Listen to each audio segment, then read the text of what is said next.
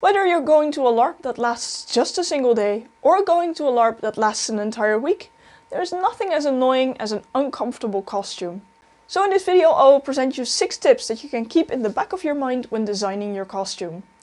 These tips are of course not just for LARP costumes, they can also be used for reenactment and who knows, maybe even cosplay costumes. So without further ado, let's dive right in. Tip number 1. Pockets and pouches. Whether you're going to a fantasy or a sci-fi event, you will collect a lot of items. Whether they're small cards saying that they're an item, or actual physical items like bandages and potion bottles, you will need to put them somewhere on you. And I must say, I don't like lugging around the bag on LARPs, so I love my pockets and pouches. And not just pockets in pants. Belts with so many small pouches are lifesavers, especially if you have a belt and many different pouches. You can designate each pouch for a specific kind of item, always making sure that if you need something in a pinch, you know where it is quickly. And do also make sure that your pockets are actually accessible. I found this out the hard way with my sci-fi costume. I've got pockets in my pants, I've got a belt with many bags, and I've got my jacket, which has giant pockets on the outside, which is amazing in its own right. But when I wear the jacket closed, I cannot access the pockets in my pants or the bags on my belt. In this case, it's okay because the jacket has giant pockets, but still, learn from my mistake. Try and make sure you can actually access the pockets, because right now I need to open up the jacket every time, which, especially in the winter events, can get quite cold as well. Which already leads us to tip number 2. Layers, layers, layers. LARPs or other costumed events can take place in any time of the year. Sometimes with LARPs that have multiple events in a year, you've got summer events, winter events, or spring and autumn events, or a combination of all of them. This means when designing the costume, keep in mind all the different seasons you will be playing in. And not just that. In spring or in autumn especially, it can be very chilly in the morning and the evening, but it can be really warm during the day. I mean, we've had freezing temperatures at night, but 20 Celsius during the day, which means that you have to make sure your costume is adaptable, not just for the cold, but also for the warmth. For this I can advise that if you imagine your costume in your head, the basic idea of your costume, make sure that is the middle layer. I always advise to have 3 layers in your costume.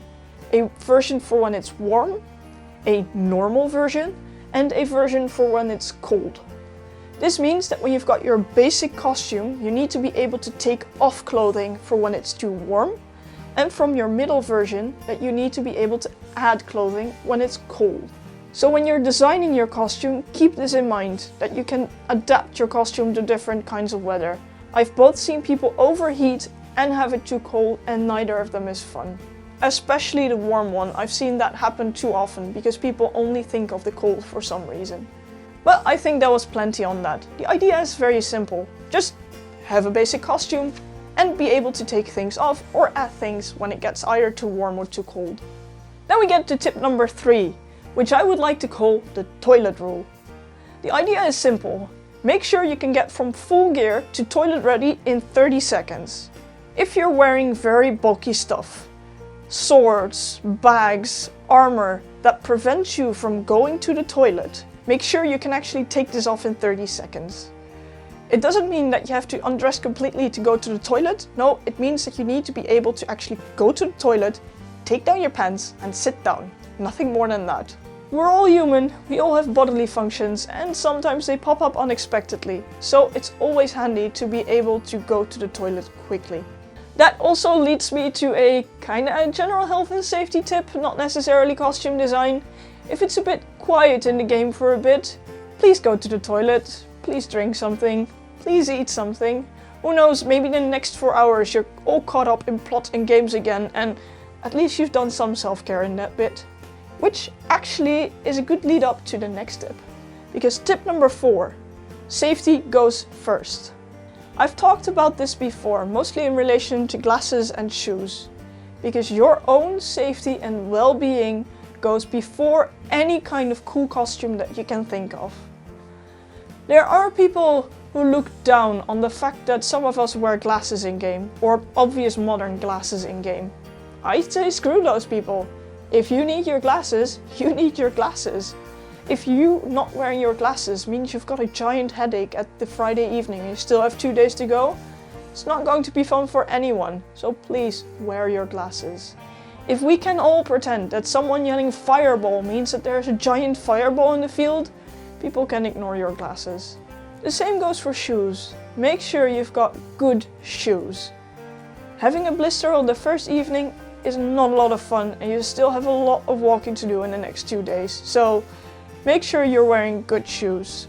Personally, my own rule is costumes end at the ankles. It really doesn't matter that you're wearing your modern hiking boots to a medieval fantasy LARP. Period accurate shoes are not needed. Good shoes definitely are a must. I personally stick to the rule to try and not make your shoes very obviously modern. For example, black or brown colored shoes are generally okay. Hiking boots are definitely okay as long as they don't come in super bright colors. And other than that, I mean, even if you have very brightly colored shoes, you can even try and work with shoe covers. Just put something over your shoes so they're not visible. As said, the most important part here is that your shoes are comfortable and you will be able to wear them for a full weekend or longer, depending on the duration of your event. This also goes for any other kind of medical equipment or safety stuff that you need for your own well-being. If you need a cane, grab your cane, no matter how modern it is. Take it along, you need it. Anyone who complains about medical necessities in the game can... opinions. But yes, in general, stuff that you need for your medical and safety is, per definition, the idea of a comfortable costume. If you need something and you can't get it, your costume won't be comfortable. You won't be able to keep doing this for a long while. Yeah, I guess that was more of a rant than a lot of tips, but let's just go on to the next one. Tip number 5. Actually wear the costume before the event. It might seem like a silly tip, but put on your full costume, and I mean full costume. Full gear, accessories, everything. And just go about your day for, I don't know, a few hours, afternoon, or who knows, maybe even the entire day. Most people test their costume by putting everything on, just walking around the room for a bit, see if they move, and that's it. But that way you won't find out what happens when you sit down in a chair. If you've got your giant sword on your hip and you sit down in a chair and wait, I can't sit down, you first have to take your sword out and then sit down, that's something that you'll only find out after you've worn a costume like this. Or maybe even better, you try to sit down and you find out that your costume is too wide for a normal chair. That would be crappy to only find out on the event, that you can't actually sit down in your costume. That's the reason why I advise to actually wear your costume before the event. Well, actually it goes back to the previous thing about toilets. Also see if you can actually go to the toilet in your costume. It's really crappy if you would have to undress entirely. And the same thing of wearing your costume, also try and see how quickly you are combat ready. Maybe you've got those really cool back holsters and you want to grab your sword and you find out that, wait, you can't actually grab your sword from your back holster. That's a thing that lots of people don't realize when they buy back holsters. The longer the sword, the more impossible it is to actually grab from a back holster.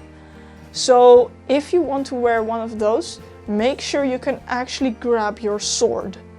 This is a thing. I've seen it happen. It's the same thing with actually trying to use your costume. This way you will also find out stuff that, if it's even practical on the side that you have it on. For example, with my Booyah costume, if I would have actually worn the costume before the event, because of course I don't keep myself to my own tips, I would have found out that when I use my bow and arrow, I have to be left-handed for my sword. If I would have worn the costume before the event, I could have immediately put the sword on the right side, instead of finding this out mid-combat. Same thing goes for bandages and everything. Sometimes having stuff cross-bodied is more useful than having them on the same side as you want to use it. I guess most of these tips speak for itself. Just wear your costume. Which is actually very closely related to our last tip. Tip number 6. Can you put on your costume yourself, or do you need help with it? It might be slightly debatable whether this could be considered more or less comfortable, but for me, how comfortable a costume is and how practical a costume is can interact and be kind of the same thing. For example, it's 3, maybe 4 at night, or maybe even later, and you really want to go to bed. But you can't, because first you have to find someone else to help you take off your costume. They help you take off your costume, you have to drag the loose costume pieces to the place where you're sleeping, and only then can you actually go to bed. Instead of going to bed, taking off your costume, dumping everything in a giant heap and then go to bed. It's not a big difference, but it's another step of going to bed. So for me, this tip, can you put on and take off your costume by yourself, is there in the list of comfortable costumes or not? But I guess this tip, like all of the other tips in the list, are optional. You can choose yourself whether you want to implement them or not. I mostly hope that I have given you some food for thought when you're designing your next costume on how to make your costume even more comfortable, and with that, have an even more enjoyable weekend. If you like this video and you would like to see more of this in the future, or more general crafting and tutorial videos, you can subscribe. If you really enjoyed it, you can buy me a coffee on Ko-fi. And with that, thank you all for watching, and see you guys next time.